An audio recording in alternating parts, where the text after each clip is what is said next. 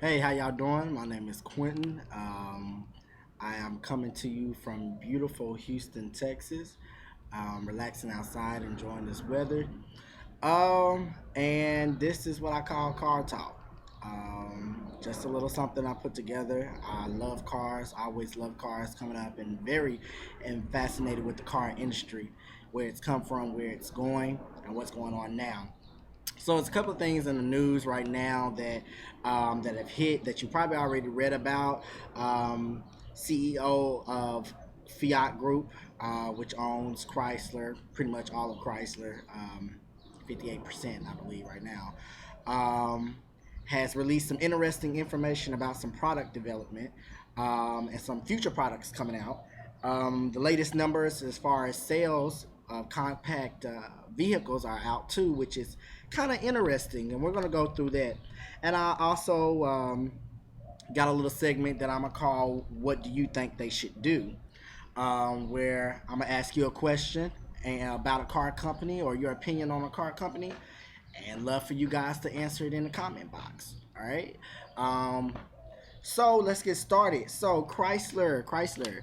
Um, this information is coming from MotorTrend.com, and I will put the link in here. MotorTrend actually got this excerpt from Automobile Magazine. I believe it's supposed to come out in their July issue, so it should be out this month as July. Where I guess they sat down and spoke with CEO Mac Ramon. I think that's his name. Talking about some future products and some interesting things. For one, he confirmed the SRT4. Um, Yay! Um, from the information that I read, he hasn't. The thing that they're working on now is determining what engine to put in the SRT4. And with Fiat on a part of the group, they have a plethora of engines. I would love to see a high revving turbocharged 2 liter, slap it in there, maybe all wheel drive. Hey, do it. Um, Interesting also, the Dodge Durango is set to be canceled. Caught me by surprise. They just released this new iteration of the Dodge Durango. It didn't specifically say when. I'm guessing at the end of this model year, which I guess is probably around about 2015, maybe 2014, 2015. It's going away in favor of the what's called right now the Jeep Grand Wagoner, a new seven-passenger crossover vehicle for Jeep. Um, Also, the Dodge Avenger is going to be put to pasture in favor of the Chrysler 200C. So when the next generation of those twins come out, it'll be dying, and it'll be in favor of the Chrysler 200C. So that would leave the Dodge um, brand with only the Challenger, which could possibly go to the SRT brand, which is their performance brand, the Charger, and the Journey. Speaking of the Journey, Macaron also spoke of a possible SRT6 Journey, um, which I think is cool. I think that is a cool idea. Um, does it make sense? I don't know. I'll let you guys answer that. I'm not too sure. Um, but SRT6 Dodge Journey Sporty Crossover, I think if it's done right, I think it would be excellent. Um, it could pick up a lot of ground and pick up a lot of new customers for Dodge. So yeah, I think it would be cool. Um, Also, let's see here. What else I got in notes? Interesting things. He didn't speak too much about the Challenger. However, from what I did gather, the Challenger moving forward will still, the next generation will still be on the 300 platform, which leads me to think about the rumored Barracuda, um, which is rumored to come around. I'm thinking that they would probably make this vehicle a very more sport performance vehicle. Put you in the mind more of uh, Camaro, Mustang, lower body sports vehicle. Sorry about this loud plane going over. I'm right by Hobby Airport, so do apologize about the noise.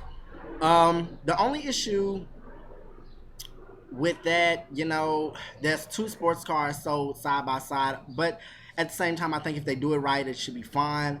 The Challenger is a great touring sports coupe.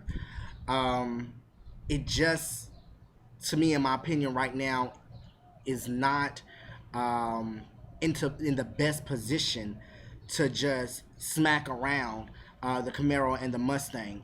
Don't get me wrong. I'm not downing the Challenger at all. It is a beast. It performs well, but it doesn't have as many iterations as the Camaro and the Mustang. And I think that gap can most definitely be filled with the possibly rumored upcoming Barracuda. And I can't wait to see what that'll be. He also announced a full-fledged return of Alfa Romeo in 2013. That's right around the corner next year. Six new models. Many details on that, and you guys can most definitely check that out and read that. Like I said, I'll put the link down there to Motor Trend if you haven't already checked it out. Please be careful and read every detail. Please don't read a paragraph and think you know the whole thing. Read the whole thing before you leave a comment, because I've seen guys leave comments on there, and if they would have simply just read, their questions or their frustrations would have actually been answered. So yeah. Something else interesting before I jump to sales. I was scrolling through Car and Driver's webpage, and they have a little, they have a little, I don't know, little excerpt on Honda. It says, title, Honda's in more trouble than you think. And it was kind of an interesting read. It wasn't necessarily bashing Honda. To me, it was pointing out some obvious truths. And what it was doing was comparing Honda to the late 1981 through 2009 old General Motors. The way of the thinking, the philosophy, it was more of sell, sell, sell. We can run off our name. We can run off our title. What it did was it pointed out a lot of things about Honda that just isn't right. My personal opinion at this current time, I think Honda has gotten a little lazy. Honda does know how to engineer. Honda does know how to build a quality vehicle.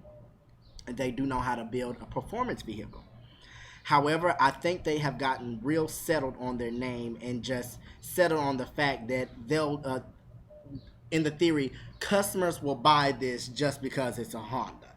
That doesn't last long. Ask GM.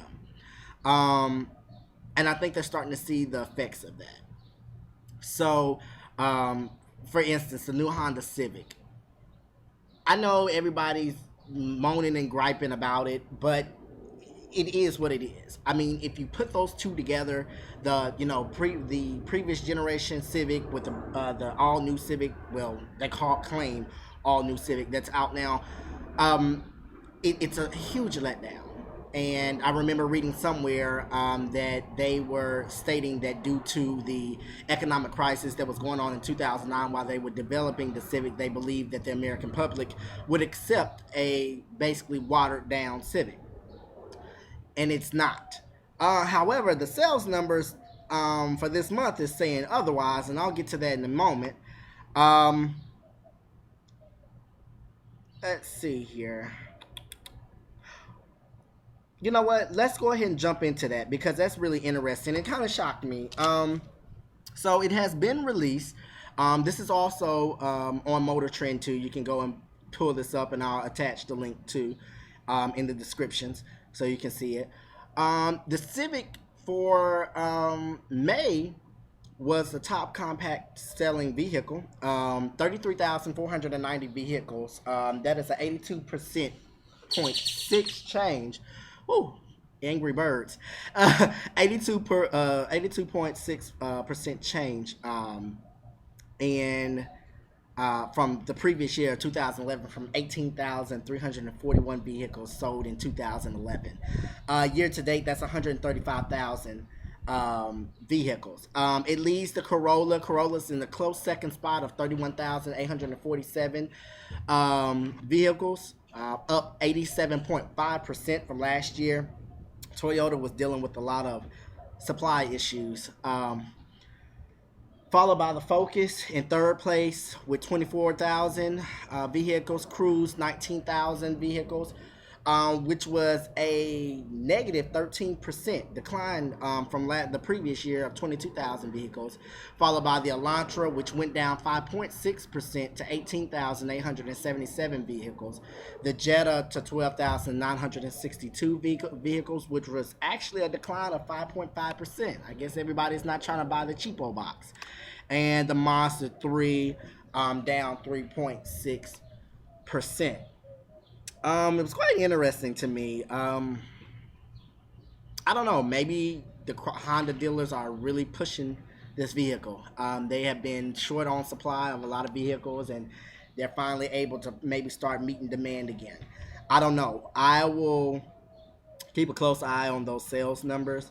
But hey, numbers don't lie. Can't argue with that. Also, today, the spy photos of the new Sentra came out. And it is on its way. It's part of Nissan sticking to its commitment to release. Can't remember the amount. I want to say 5 or 6 brand new vehicles within a year's time. I've seen the Sentra. It was revealed in China as the Ciplay or something of that nature. Not too sure, but it's basically the day ringer for the Sentra. In my personal opinion, I think it looks nice. It's nothing groundbreaking, but it's most definitely very nice. I believe it's going to compete very well, and if it's done right, it's going to do well. And I'll also put that link in there too. It's great pictures of it on Autoblog, also on Motor Trend too, and they also have a link to the China car show that had the vehicle there. So at this time we reach the segment on I call "What Would You Do?" And here's the thing. I'm going to give you a scenario, and I want you to let yourself run wild with it. It's all your idea. So on this week's "What Would You Do?" my question to you guys is, what would you do with Mitsubishi Motors of USA? Question again, what would you do with Mitsubishi Motors of USA? You can't get rid of it. You cannot pull it out of America. Sorry, guys. But outside of that, you can do anything. Me personally, I believe Mitsubishi does have the engineering technology, has the technology to be a great company. I don't know what or who's running Mitsubishi right now, but me personally, I believe they should be fired. They have, ever since they have broken up with Chrysler, it's went downhill. I don't know about you guys, but I used to own a Mitsubishi Diamante. I don't care what nobody says. It was a great vehicle. It was a great alternative at the time to the Maxima. I have had several friends that had a Galant. Loved it. Way back when, it was one of the few cars that actually knocked the Honda Accord off its top winning pedestals. It actually beat out the Honda Accord in the competition, but that was back in '99, so that's a wow. I would, most definitely, it has the history, it has the engineering, and I see that right now it's going down the drain, and it makes me absolutely sick. So question is, one, what would you do with Mitsubishi? What would be your 5-10 year plan with Mitsubishi? And two, if you have to save one of the 3 Japanese auto companies, which would it be?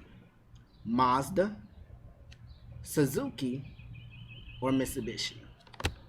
Once again, I'll give you that selection: Mazda, Suzuki, or Mitsubishi. Okay. All right, so guys, that pretty much wraps it up. I'll be back with you guys very soon. I'll post another video on here, so we can talk more. I'm not editing this vehicle. If I say that one more time, I'm not editing this video. I'm a human. I make mistakes. I stumble over words. I'm real. So, oh well, if you don't like it, I mean, go watch Autoline Daily on Autoblog. I mean, it's cool. I'm just talking to you as a regular consumer, as an everyday person. I'm not getting paid for this. I'm just keeping it 100% real. And I want you guys to do the same thing too. Next time I post a video, I really want to talk about Cadillac. I really want to talk about Cadillac. I really want to get you guys feedback on Cadillac and what you think, the direction it's going in. And if you want to talk about some things, shoot me a comment or add me, subscribe to me, and shoot me an inbox, and I'll do some research on it, and we can talk about it and discuss it. All right? You guys have a blessed day. Take it easy. Be good.